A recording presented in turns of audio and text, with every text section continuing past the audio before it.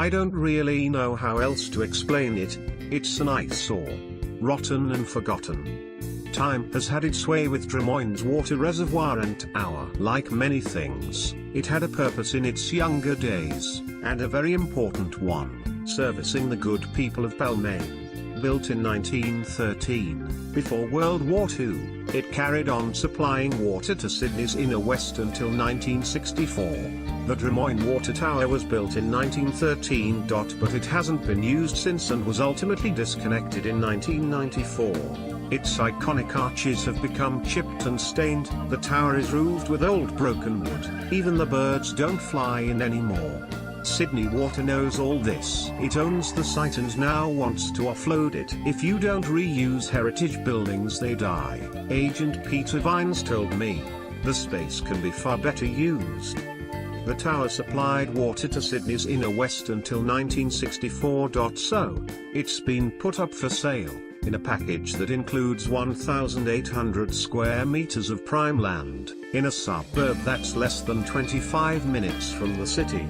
There's a school across the road and a few cafes down the street. Seems like a decent opportunity for a cashed-up developer to turn a negative into a positive. Sydney Water was coy on what it could be turned into, leaving that to council and the potential buyer. But this is no straightforward investment. The site is heritage listed, so any work or construction has to be approved by various councils. The sale price, expected to go for millions, must factor in steep costs for the restoration of its facade. It's now up for sale, but the buyer will face strict conditions.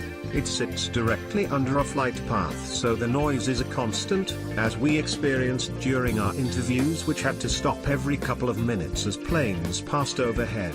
There has also been serious backlash from residents in the area who worry that a historic community icon will be lost to developers who may go on to build residential apartments or commercial offices. They believe the site should be gifted back to the community.